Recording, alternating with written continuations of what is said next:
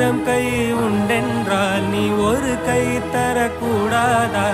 ஈராயிரம் கண் கொண்டாய் உன் ஒரு கண் என்னை பாராதா? உன்னில் சரணடைந்தேன் இனி நீ கதியே.